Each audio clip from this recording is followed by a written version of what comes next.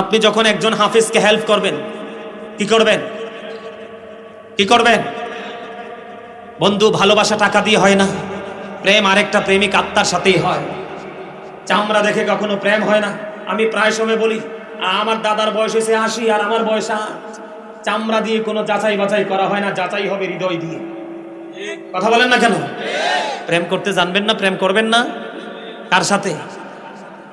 আল্লাহর সাথে। আল্লাহর সাথে প্রেম করতে হলে আল্লাহ বলছেন কি? আল্লাহ বলেছেন, সে বলুন, ইফ ইউ ডু লাভ আল্লাহ, যদি তোমরা আল্লাহকে ভালোবেসে থাকো, ফলো মি মুহাম্মদ সাল্লাল্লাহু আলাইহি ওয়াসাল্লাম, মুহাম্মদ সাল্লাল্লাহু আলাইহি সাল্লামের অনুগত হয়ে যাও। তখন আল্লাহ বলেছেন, আল্লাহ উইল লাভ ইউ, আল্লাহ বলেছেন আল্লাহ তোমাদেরকে ভালোবাসবে, এন্ড ফরগিভ ইউর সিনস, আল্লাহ তোমাদেরকে ক্ষমা করে দিবে। তো এখন আপনি তো রাসূলকে পাবেন না। রাসূলকে পাইতে হলে যেতে হবে কোথায়? রাসূল প্রেমিক আলেমদের কাছে।